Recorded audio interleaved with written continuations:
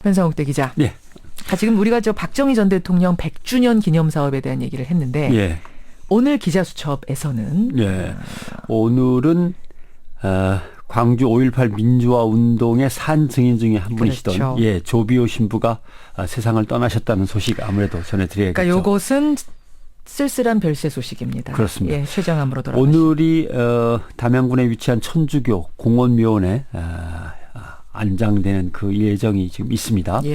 근데 돌아가시기 전에 전립선, 방광, 간, 폐 등의 암이 번지셔서 심한 고통에 시달리다가 돌아가셨다고 해서 마음이 참 아픕니다. 조비오 신부 어떤 분인지 먼저 좀 소개해 주시죠. 올해 나이로 78살이시니까 37년생이죠. 사목 활동은 주로 전남, 나주, 진도, 광주에서 이루어졌고 공식 직함으로 조비오 몬시뇨르이라고 이제 부릅니다. 몬시뇨르는 주교가 된 것은 아니지만 나이가 많고 덕망이 높은 존경할 만한 분에게 명예 칭호로 그런 거군요. 드리는 거고 교황도 예우를 하는 지위입니다. 몬시뇨르.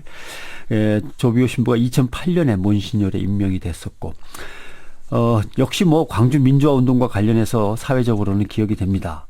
1980년 5월 광주 민주화 운동 당시에 계림동 본당 신부로 계셨는데 시민 수습위원을 맡아서 시민들을 안정시키고 시민군이 갖고 있는 무기를 회수하는 데 많은 노력을 기울이셨죠. 그렇죠. 유혈 사태를 막기 위해서 평화적으로 어떻게든 사태를 수습하려고 시민들 무기는 수습하는 대신 계엄군은 몸으로 막아서면서 몸으로 막았었어요. 몸으로. 시민들을 어떻게 총뿌리를 거기에 들이대고 유혈 진압하려고 하느냐 끝까지 설득을 하셨는데 그렇습니다. 그러나 결국 군은 27일 새벽에 진압을 선택했고 조비오 신부는 수배력이 떨어져서 잠시 피신했다가 다른 신부들 김성용 신부와 함께 자진 출두해서 군사재판을 받죠. 그래서 감옥에 갇힌 뒤 이제 사면대 나오셨고 김성용 신부도 잠깐 소개를 한다면 광주의 실상을 알리기 위해서 목숨을 걸고 9번의 검문소를 뚫고 광주를 탈출해서 서울 명동성당까지 도착을 해서 김수환 추기경에게 광주에서 시민들이 학살당하고 있습니다라고 알린 그 신부님이시고. 정말 목숨 걸은 탈출인 거죠.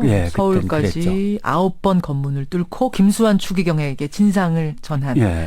그래요. 그렇게 조비오 신부는 김대중 전 대통령과 함께 감옥에 수감이 된 거죠. 그 길로. 그렇죠. 그 5월 27일 이제 항쟁 일단락되고 그 이후로는 감히 누구도 광주 이야기를 꺼낼 수가 없었습니다. 그렇죠. 그러나 천주교만큼은 감옥에 신부들이 이렇게 갇혀 있고 그 신부들이 목숨을 걸고 또 거기서 기도하고 싸우고 있으니까 결국 천주교에서부터 군부 정권의 탄압과 군부 정권의 5.18 학살을 알리는 작업이 시작이 됐죠. 미사, 시국 기도회 이런 걸 통해서. 그래서 광주 소식이 조금씩 사람들한테 알려진 거고요. 언론들은 그때 입을 다물었다기보다는 왜곡 보도로 광주의 진상을 거꾸로 전하는 상황이었으니까. 차라리 입을 다무는 게 나았을 언론들이 많았죠. 천주교의 역할은 그때 대단히 중요했습니다.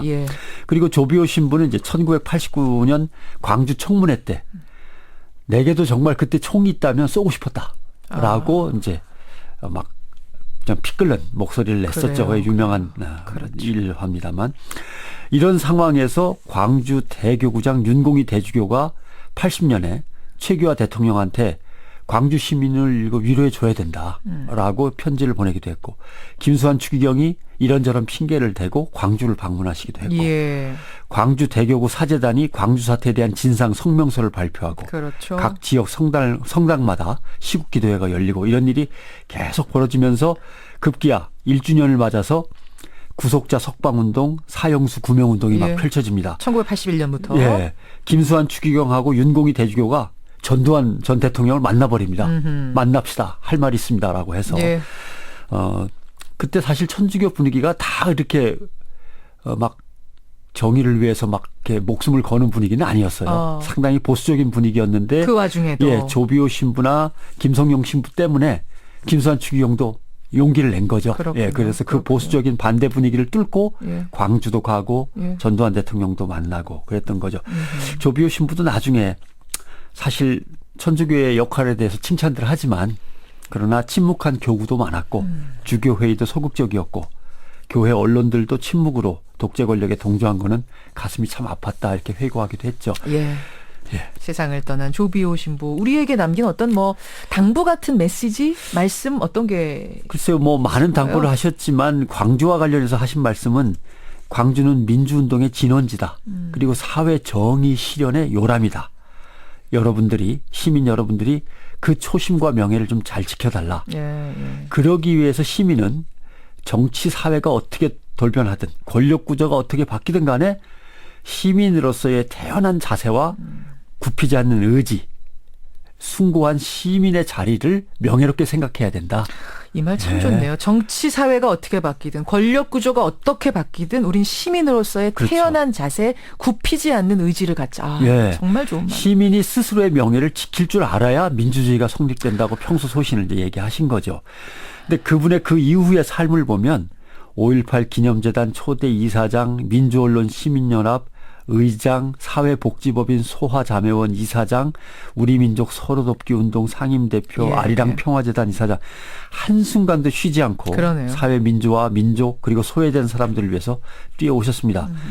통장의 잔고가 0원이었어요. 0원. 돌아가신 다음에 보니까 잔고가 없어요. 사제관에 계시라 그래도 사제관을 갖다 딴 사람 주라 그러고 아파트 가난한 조그만 아파트에서 홀로 살면서 그렇게 끝까지 우리를 위해서 기도하고 애쓰시다 돌아가신 분입니다. 참 안타까워요. 정치권의 조문 행렬이 막 이어지고 있더라고요. 그래서 뭐 야권 잠룡들이 거기서 만난다는데 저 이 기사 정말 마음에 안 듭니다. 용은 무슨 용? 자기들이 용이면 뭐 나머지 정치는 이묵이고 뱀이고 시민은 지렁인가? 기자들의 세계관하고 역사관이 이렇게 병들어 있어서는 안 됩니다. 무슨 따끔한 일침까지 조비오 신부님 가는 길 오늘 그 뒤를 우리가 밟아봤습니다. 변상욱 대기자 수고하셨습니다. 고맙습니다.